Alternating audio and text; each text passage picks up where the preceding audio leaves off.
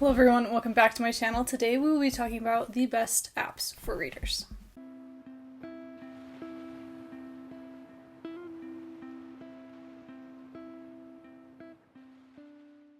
Okay, so I've got 10 apps here. There's probably more, so if I miss any, I'm sorry. You can add them to the comments below, and if you tell me the apps that I've missed, I can add them to the description so that people have easier access to these apps. I had to write them all down because there really are so many avenues for readers to get the best experience. And I'm actually going to go in alphabetical order, and it's just easier for everyone, in my opinion. So firstly here we've got Audible, which is an audiobook app. I actually don't use it. My husband uses it because he prefers to listen to audiobooks over reading. There's not really much to say about it. I think people who enjoy audiobooks genuinely enjoy this app, but it is not free to use. So that may be where people are a bit hesitant on using the app. But you can get a 30-day free trial firstly, and then after that it's like $7.95 per month for Audible Plus, but that's like limited access. You don't get access to every single book that you want to listen to. And then $14.95 per month for Audible Premium Plus, which you have unlimited access to everything on the platform. So if you are an audiobook lover, I think I would recommend this. I'm not necessarily I don't love audiobooks. I will listen to them if I don't have time to sit down and read. So if you're willing to spend the money to use this app, then I guess I could recommend it.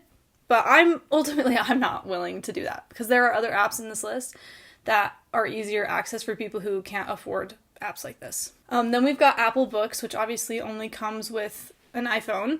But basically, it's not my go-to app. But I have read on it before. You can actually buy free books on Apple Books. Sometimes they have free books available through that app.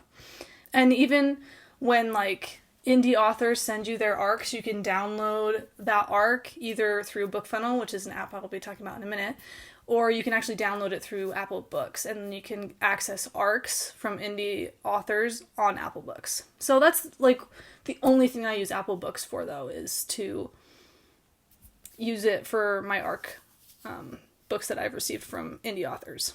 Yeah, and otherwise I really don't use the app. You can buy books through Apple Books, so if you prefer an ebook over an actual physical copy, then Apple Books is a great place to access books that you purchase through like ebooks. Did that make any sense? No, it didn't. That's fine though. App number 3 is BookFunnel. BookFunnel is actually probably one of my favorite apps. It is super accessible for indie authors to send their books to ARC readers, and that's the app, almost the app that I exclusively use for my ARCs. When a author sends you the code for the ARC, you can enter the code into the home bar, and then the book will show up on your BookFunnel app. When you click on a book, it shows you how long it will take you to read it, how many pages, how many words, the format, how much space the book takes up on your phone. You can actually send it to other apps if you want. You can read on another device. You can send it to another device. It's really my favorite app. I love this app. And it tells you like the percentage of how far you've gotten in a book when you're reading it. I love it. And you can click on there's like a banner on top. You've got all ebooks, audio, other authors, and then the series if you have books with multiple books within one series, which I think is super cool. There's not much to it. It's a really simplified app, but I personally love it, especially so that I can support indie authors when they send their ARCs through this app in particular. Then we've got app number 4, which is Goodreads. Goodreads is like the ultimate reading app for anybody, not just booktubers, not just bookstagrammers, but anyone. You can access every single book known to this world, probably. Every single book you can imagine, you can probably find on Goodreads. And it's not like you don't read books on this app, but you save books you want to read, archives books that you've read, how long it took you to read that book, and then you can actually create other shelves besides just the want to read shelf and the read shelf. You can add your favorite bookshelf, DNFs, What else? Literally any shelf that you could possibly want. So, I mean, I only have a couple of shelves, like my favorites, the DNFs, Want to Read, and Read, I'm pretty sure. The home page, you can access like updates from your friends and other readers that you follow, which is kind of fun, but like I don't really look at that one. I mean, I don't really care for what other people are reading at the time, or their like updates on like what page they are on. But if you go to the My Books tab, you can see all the books that you're reading currently, and then there's like a tab for your Want to Read, all your shelves. So like you can go to your Want to Read shelf, your Read shelf, and your DNF shelf, whatever shelves. And then there's actually a tab below that, all those shelves, called your reading activity, and you can see how many books you've read for your reading challenge. And then it also keeps your previous year reading challenge below that, which is kind of fun. And then if you go to the 3 bars more tab, you can find your profile, top picks for you, reading challenge, your friends, groups you've joined, giveaways, all sorts of stuff. It's a great asset for readers like myself, where I really like to keep track of the books that I read and the books that I want to read, because otherwise I forget everything. Like I forget all the books on my TBR, so it's a great place for me to keep all of my books in one place. There's a spider just dangling out my window. I hate spiders. Oh, it's flying. Ugh, I hate spiders. I would rather be in a pit of snakes than a pit of spiders. I don't know what Indiana Jones was thinking. Okay, and then we've got Hoopla, which is actually just another app utilized by libraries. It's not as well known as like the Libby app, which I will get to in a minute. But sometimes libraries will utilize both apps, and sometimes Hoopla has titles that Libby does through the exact same library. So it's so strange. Like there's some audiobooks that I've found that Libby has not gotten in yet. It can notify you when a book comes in, but sometimes Hoopla already has that title. So I don't know why that happens, even when it's the same library, but anyway, I don't utilize Hoopla as much, but there are some books on Hoopla that I want to read that the Libby app does not have. Then we've got the Kindle app, which another app that I don't use too often, which I wish I could utilize it more, because it's actually a really great app. It's got Kindle Vella on it. So Kindle Vella is a place for technically authors who aren't necessarily indie authors yet, and like they didn't get their works published, but they can put them on Kindle Vella. I'm pretty sure that's what it is. Could be wrong, but I've seen authors put their stuff on Kindle Vella, and it's free access for readers. So you can go to Kindle Vella on the Kindle app and read books there for free. And then there's also Prime reading. So if you have Amazon Prime, you can access books for free actually, but there aren't a ton, and especially closed door books. I've only seen just like I have my iPad in front of me with the Kindle app. I've only seen just a few books on Prime reading, but I've seen a couple from Meg Easton, Becky Wade, Kate Watson, Jennifer Peel, Emma St. Clair. There are some books through Prime, which is great, but there are a lot more books through Prime. If you aren't just a closed door reader, if you prefer spicier books, I don't recommend them, but they are on there. There's a fire. Hold on. I'm just gonna call my mom real fast. There's a fire. I'm gonna have to pause this video for now. There's a huge fire at my parents' neighbor's house. So I will be right back. Okay, everyone, false alarm. The house was not on fire. It's a controlled fire in my parents' community. They can get permits out here to do controlled fire. Anyway, everyone is safe. Everyone is good. Okay, where was I? I think I was at Kindle. Yeah. I was in the Kindle app. Oh, I'm out of breath. I ran everywhere. We're chilling. The last point I wanted to make about the Kindle app is that you can actually read Kindle Unlimited through the Kindle app if you have Kindle Unlimited. So you don't necessarily actually need a Kindle to read Kindle Unlimited. I'm pretty sure. I looked it up before I said these things, but I could be wrong. So Kindle app is a great resource, especially if you're willing to buy a subscription to Kindle Unlimited. There's actually a 3-month free trial for Kindle Unlimited, and then it's $11.99 per month. So it's not the greatest, but it's basically like having a streaming service for TV.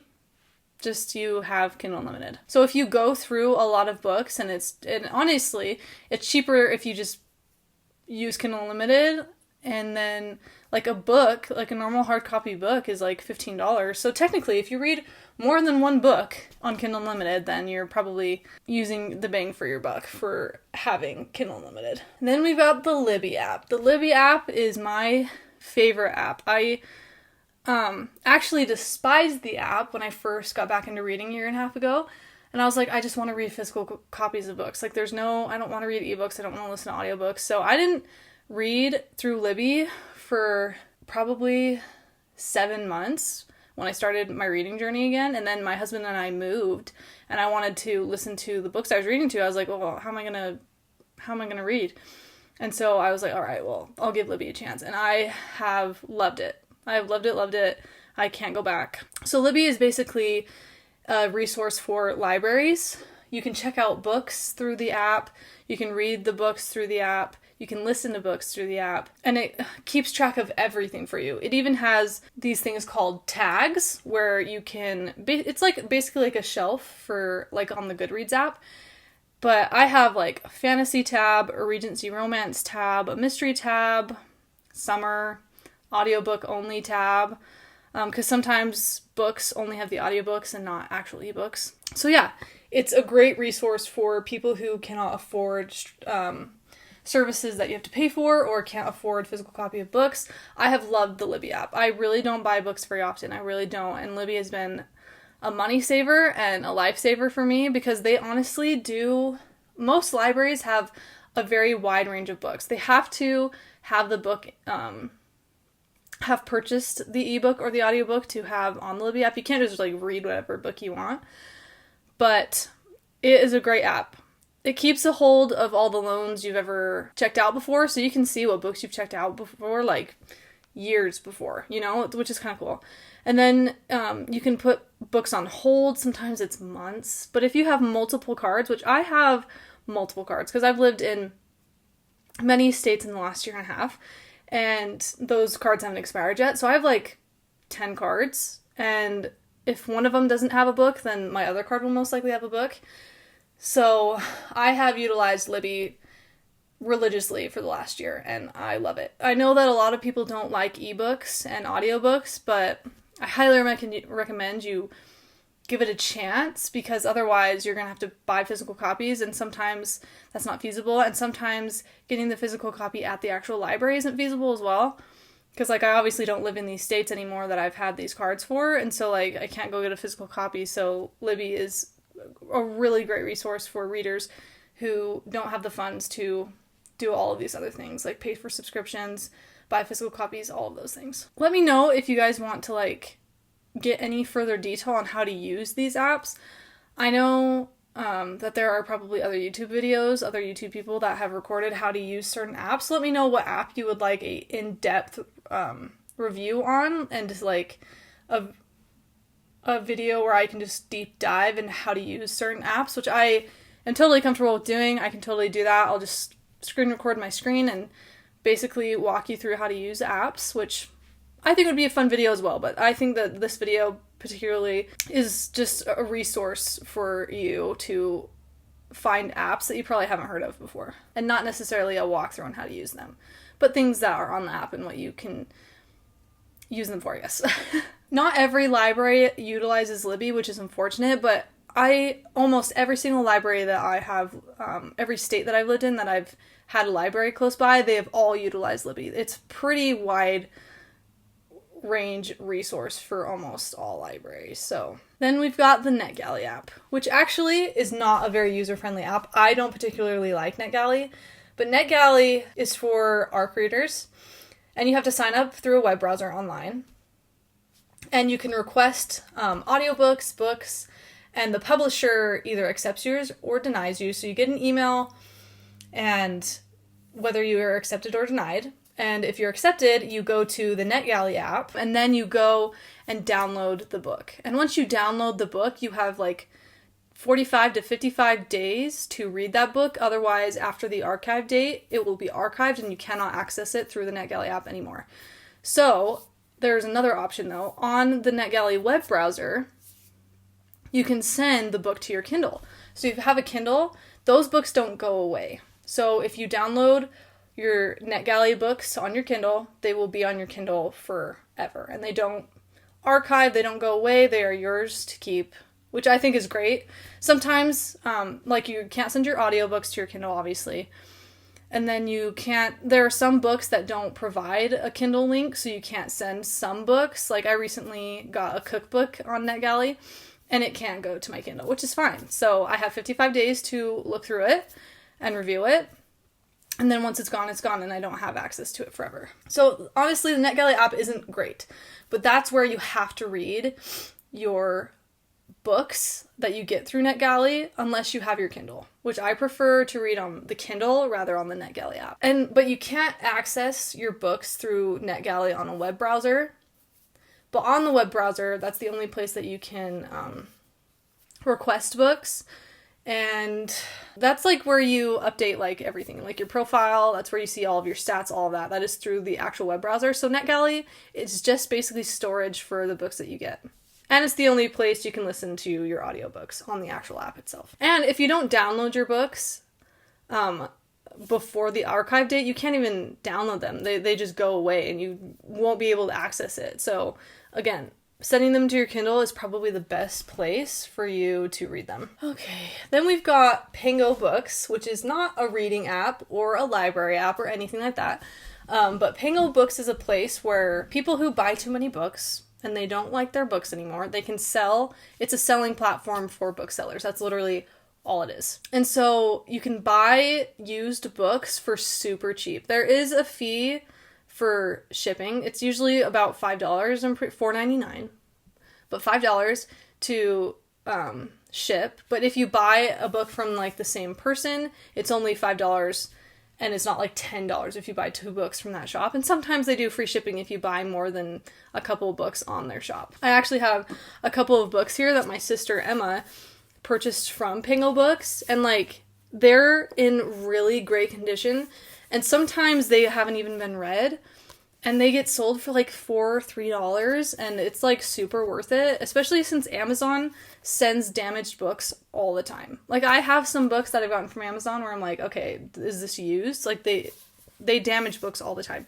And so if you're getting it from like a private seller, they take care of their books. Sometimes there's books that are like $1 that are in really bad shape, but sometimes you can find really great ones like this where they're $3 to $4 and they're in like mint condition. Like there's no issues, no bends in the paper. Like the front cover looks beautiful. Like it doesn't even look like it was read. So here's one of them. And then here's another book that she actually got. And like this one was $4, I think. And like Courtney Walsh is one of my favorites. And there's like a little bump right here, probably from shipping. But this one doesn't look like it was read either. The pages are really, they're not bent. It looks brand new, and it was like $4. So if you want to get physical copies, but it's not in your budget, and thrift stores don't usually have mint condition books like this, or indie published books. Like these are all indie published books, and you don't usually find those at your local thrift store. So Pingo Books is a great place for you to find books, like independent authors. And this book is even signed by Courtney Walsh. And it was $4. So it's signed, great condition. I'm kind of jealous of my sister that she got this before I did, but whatever. And usually Pingo Books can sell multiple copies at a time, like a ton of different sellers. So you can find the one that works best for you. Sometimes they sell them for 4, 7, 10, 15, just depending on the seller and how good of a condition the book is in. Here's another one by Courtney Walsh. This one isn't in the best condition, like the front cover's a little bent. This one looks like it's been read. But the spine is great. The pages still look good. It's just the covers are a little bent. And yeah, this one was probably $3, I'm assuming. Emma didn't really buy books more than $5, so like for $4, this is like a great find. Like Pingo Books is awesome. I highly recommend it. I think you need an account technically to log into the app itself, but like you can just browse books and look up an author, look up a specific book. Mostly a lot. There are actually I'm surprised, a lot of independent authors who have books on Pingo Books, which I think is awesome. Okay, last app here is YouTube. As weird as that sounds. I didn't ever think YouTube would be a great source for reading, but it is. Not counting like booktubers looking at their reviews and all that, and my own channel, but books that you can actually listen to. So it's basically audiobooks, but There are multiple, I've done my research, there are multiple closed door authors that offer their audiobooks on YouTube for free. I just have a couple here that I found. I'm going to put a screenshot of their channel here. So we've got Martha Keyes, Melanie Jacobson, Sasha Hart, Jess Heileman, Casey Stockton, Courtney Kiesel, Kate O'Keefe, Ellie Hall. Like, these are just a few examples of some of these independent authors that have so graciously put their audiobooks on YouTube, and why not support them through YouTube by watching their videos, liking them, sharing them, subscribing to their channels. That's another way that you can support these independent authors, and I think it's great. And these closed door authors are awesome, and they provide a lot of their books, more books than I thought they would, on their YouTube channels. And they don't have everything. They don't have all their books, and sometimes they don't even have their best books on their YouTube, but they have their books, some of their books on there, which I think is awesome. And I've actually listened to a couple of books through YouTube, and it's great. It's basically listening to an audiobook through YouTube. That's all it is. And it's great, and it's free. Please let me know if there are apps that I missed. I feel like I got most of them, even apps that like you don't even use for reading. But just great resources for readers. There are so many apps out there, just like so many, so I'm sure I've missed a bunch. But these are the ones that I use most frequently, and the ones that I enjoy using, and that I would highly recommend to others. Obviously, there were some apps in there that I'm like, I don't use that often. I wish I utilized it better, but what do you do? So let me know what you guys think. If there is another YouTube video that I can do just on one specific app and do like a walkthrough of how to use it and like a deep dive into the app itself, I can do that. I think that would be really fun. So just let me know if that would be something that would be interesting for all of you. But yeah, thank you so much for watching, and I will see you next time. Bye.